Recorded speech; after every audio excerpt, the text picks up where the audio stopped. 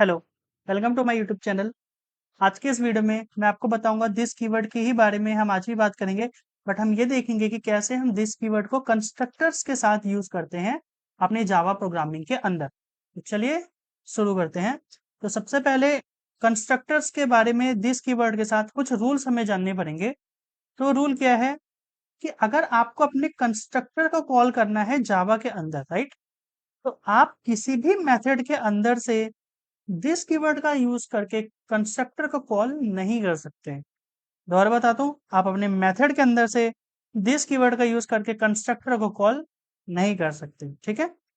दूसरा रूल ये है कि कभी भी आपको अगर किसी अपने क्लास के कंस्ट्रक्टर को कॉल करना है, कभी भी हमें अगर अपने क्लास के कंस्ट्रक्टर को कॉल करना है यूजिंग दिस कीवर्ड, तो दिस कीवर्ड जो होगा आपके कंस्ट्रक्टर के अंदर सबसे पहला स्टेटमेंट होना चाहिए।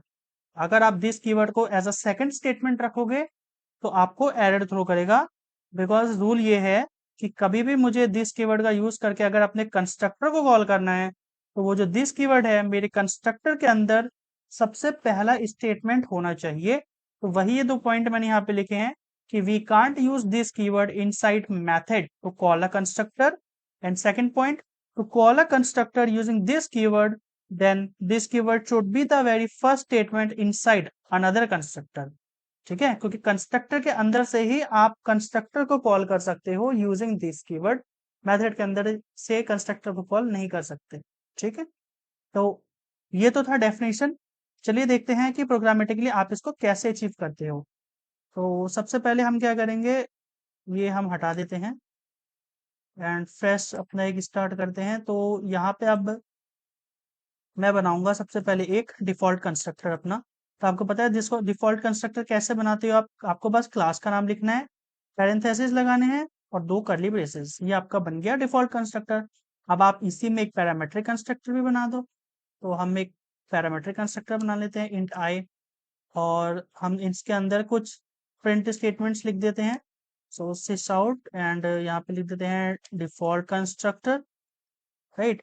फिर इसके बाद यहाँ पे आप लिख दो पैरामेट्रिक पैरामेट्रिक कंस्ट्रक्टर, एंड यहाँ पे आप उस वेरिएबल की वैल्यू प्रिंट करा दो। दो तीन और हम एक कंस्ट्रक्टर और ले लेते हैं विद सम स्ट्रिंग आर्गुमेंट्स। सो हम यहाँ पे ले लेते हैं स्ट्रिंग हाई, और ये हो जाएगा मेरा पैरामेट्रिक कंस्ट्रक्टर वन, इसको नाम दे देते हैं, इसको वन नाम दे देते हैं ऊपर वाले को, एंड इसको टू नाम दे देते हैं पैरामेट्रिक कंस्ट्रक्टर टू, और जो भी आप इसमें वैल्यू पास करोगे वो। ठीक है। अब को पता है कि कंस्ट्रक्टर को अगर जावा में कॉल करना है तो आपको उसके लिए सबसे पहले ऑब्जेक्ट बनाना पड़ेगा, राइट। तो चलिए ऑब्जेक्ट बनाते हैं अपने क्लास का। तो कैसे बनाओगे ऑब्जेक्ट, आपको लिखना है क्लास का नाम फिर अपने रेफरेंस वेरिएबल का नाम। सो हम लिख देते हैं object equal to new keyword and then parenthesis. ठीक है। अब देखो, आपने यहाँ पे ऑब्जेक्ट बनाया, और आपको पता है कि जैसे मैं ऑब्जेक्ट बनाऊंगा वैसे ही आपके क्लास का कंस्ट्रक्टर कॉल हो जाएगा, राइट। तो आप यहाँ पे देखो कि आपका कौन सा कंस्ट्रक्टर इसमें से कॉल होगा। वैसे मैंने लास्ट वीडियो में भी बताया था अपने कंस्ट्रक्टर वाले में कि क्योंकि मैं यहाँ पे कुछ भी आर्गुमेंट पास नहीं कर रहा हूँ, तो मतलब मेरा डिफॉल्ट कंस्ट्रक्टर कॉल होगा। अगर मैं इसके अंदर कुछ आर्गुमेंट पास कर दूंगा, लेट्स से 100, तो मेरा इंटीजर वाला कंस्ट्रक्टर कॉल हो जाएगा जो कि पैरामेट्रिक कंस्ट्रक्टर है।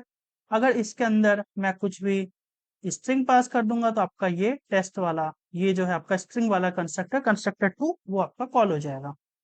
तो हम एक काम करते हैं, अभी तो हम यहाँ पे डिफॉल्ट कंस्ट्रक्टर कॉल करते हैं। अब इस डिफॉल्ट कंस्ट्रक्टर के अंदर से हम देखेंगे दिस कीवर्ड का यूज करके इस कंस्ट्रक्टर पैरामेट्रिक कंस्ट्रक्टर वन को आप कैसे कॉल करिएगा। तो आप लिखोगे यहाँ पे दिस, फिर आप इसके अंदर पैरामेट्रिक जो भी आपका, क्योंकि ये जो कंस्ट्रक्टर आपका ये इंटीजर टाइप का आर्गुमेंट लेगा, तो आप यहाँ पे इंटीजर पास करा दो, दिस 100। अभी आपका लग गया कॉल।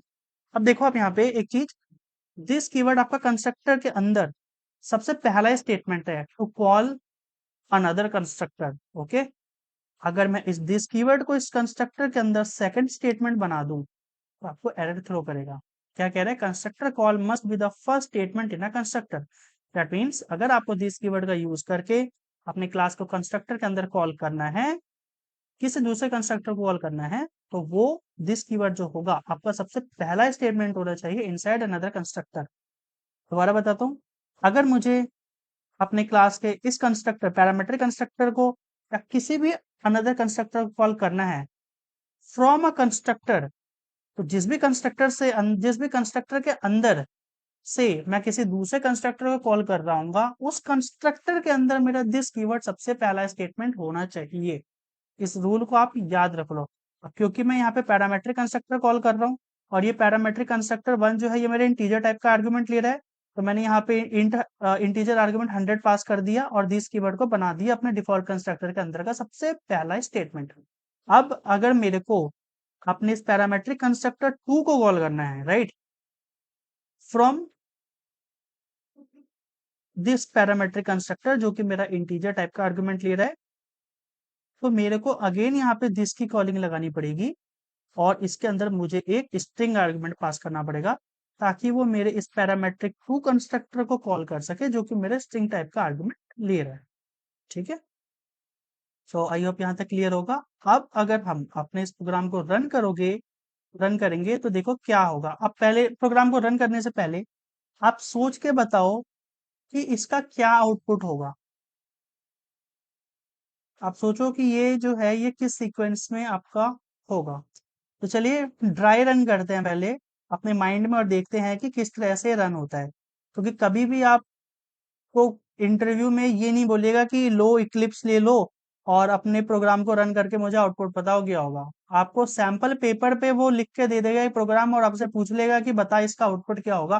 तो उसके लिए आपको अपने माइंड में कैलकुलेशन करना बहुत ज्यादा इंपॉर्टेंट है। तो हमेशा प्रोग्राम को कभी भी रन करने से पहले उसका आउटपुट अपने माइंड में जरूर थिंक करो कि इसका आउटपुट क्या होगा। ठीक है, तो चलिए ट्रेस करते हैं वन बाय वन। सबसे पहले मैंने यहाँ पे ऑब्जेक्ट बनाया। अब मैं इस ऑब्जेक्ट के अंदर कुछ भी पास नहीं कर रहा।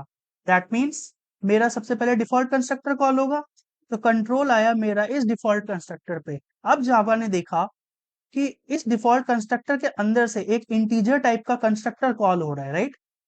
ठीक है, तो उसने क्या कॉल कर दिया, उसने इस इंटीजर टाइप के आर्गुमेंट को इस इंटीजर टाइप के कंस्ट्रक्टर को कॉल किया। फिर जावा ने देखा कि अच्छा यहाँ पे तो एक टेस्ट टाइप का भी एक कंस्ट्रक्टर कॉल हो रहा है, मतलब एक ऐसा कंस्ट्रक्टर कॉल हो रहा है जो कि स्ट्रिंग टाइप का आर्गुमेंट लेता है। तो जावा ने इस वाले कंस्ट्रक्टर को कॉल कर दिया, राइट। तो अब आपका सबसे पहले क्या प्रिंट होगा, parametric constructor two with value test. तो चलिए इसको कहीं पे लिख लेते हैं हम, पैरामेट्रिक कंस्ट्रक्टर टू। ठीक है, अब इसकी वैल्यू जो होगी मैंने यहाँ पे टेस्ट पास किया, राइट। इसकी वैल्यू मैंने यहाँ पे टेस्ट पास किया है तो ये आपका प्रिंट होगा टेस्ट इस तरह से।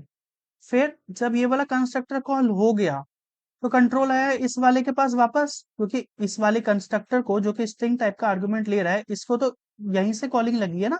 तो जब ये वाला आपका ब्लॉक एग्जीक्यूट हो गया तो कंट्रोल आएगा वापस इसके पास।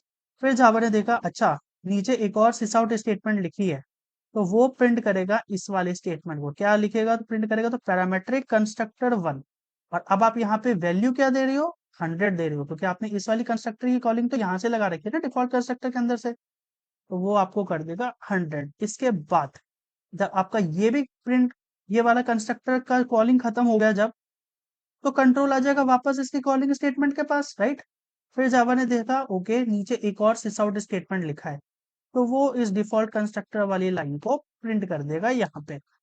तो हमारे हिसाब से आउटपुट होना चाहिए parametric constructor 2 test, parametric constructor 100 और डिफॉल्ट कंस्ट्रक्टर। अब चलिए अपने प्रोग्राम को रन करते हैं और देखते हैं कि क्या यही आउटपुट आएगा आपको। यस, तो देखो आपका यही आउटपुट है।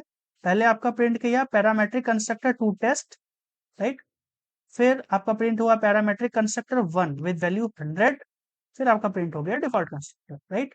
मतलब हमने जो प्रोग्राम को ड्राई रन किया अपने माइंड में बिल्कुल परफेक्ट था। तो कुछ इस तरह से आप दिस कीवर्ड का यूज करके कॉल करते हैं अपने कंस्ट्रक्टर को। अब आप अगर चाहो तो आप सेम अगर यहाँ पे सपोज करो, अगर आप ये पूछो कि मैंने यहाँ पे ऑब्जेक्ट क्रिएशन तो किया बट मैं यहाँ से कैसे कॉल करूंगा किसी भी पैरामेट्रिक कंस्ट्रक्टर को, तो बहुत सिंपल है। आप बस यहाँ पे कोई भी उस पैरामीटर का नाम दे दो। जैसे सपोज करो मेरे को इस ऑब्जेक्ट क्रिएशन के अंदर से मुझे इस वाले कंस्ट्रक्टर को कॉल करना है जो कि मेरा स्ट्रिंग टाइप का आर्गुमेंट ले रहा है। तो जस्ट मैंने ऑब्जेक्ट बनाया और इसके अंदर मैंने स्ट्रिंग लिख दिया, एक टेस्ट लिख दिया। जावा खुद मैपिंग कर देगा कि अच्छा यहाँ से मुझे ऐसे कंस्ट्रक्टर को कॉल करना है जो कि स्ट्रिंग को एज अपना आर्गुमेंट लेता है। तो हमने यहाँ पे कर दिया इसकी कॉलिंग। अब वो जो है आपके इस कंस्ट्रक्टर को खुद कॉल कर देगा। अब देखो आपका प्रोग्राम अगेन चल जाएगा। तो यहाँ पे हो गया आपका पैरामीट्रिक कंस्ट्रक्टर टू। अब आप यहाँ पे सवाल पूछ सकते हो कि यहाँ पे पैरामीट्रिक कंस्ट्रक्टर टू ही क्यों कॉल हुआ, ये दोनों क्यों नहीं कॉल हुए। देखो जरा ध्यान से अपने प्रोग्राम को, यहाँ पे अब आपने कॉलिंग लगाई है अपने उस कंस्ट्रक्टर को जो कि स्ट्रिंग टाइप का आर्गुमेंट ले रहा है। तो ये कॉल हो गया, ये आपका प्रिंट हो गया, ये वाला कंस्ट्रक्टर आपका चल गया। बट इस कंस्ट्रक्टर से आपने कहीं और तो कॉलिंग नहीं लगाई ना। इस वाले कंस्ट्रक्टर के अंदर से आप इस डिफॉल्ट को भी कॉल नहीं कर रहे और इस इंटीजर वाले कंस्ट्रक्टर को भी कॉल नहीं कर रहे। तो जब आपने कॉलिंग ही नहीं लगाई तो कंस्ट्रक्टर एग्जीक्यूट कैसे होगा। तो इसलिए खाली आपका बस पैरामीट्रिक कंस्ट्रक्टर टू टेस्ट ही चला। ठीक है। तो ये है वे जिसका यूज करके आप जावा के अंदर अपने कंस्ट्रक्टर को जो होते हैं एक्सेस करते हैं। सो इस वीडियो में इतना ही। मिलते हैं आपसे नेक्स्ट वीडियो में और आपको बताऊंगा कि जावा के अंदर सुपर कीवर्ड क्या होता है और कैसे आप उसका यूज करते हो। Thank you.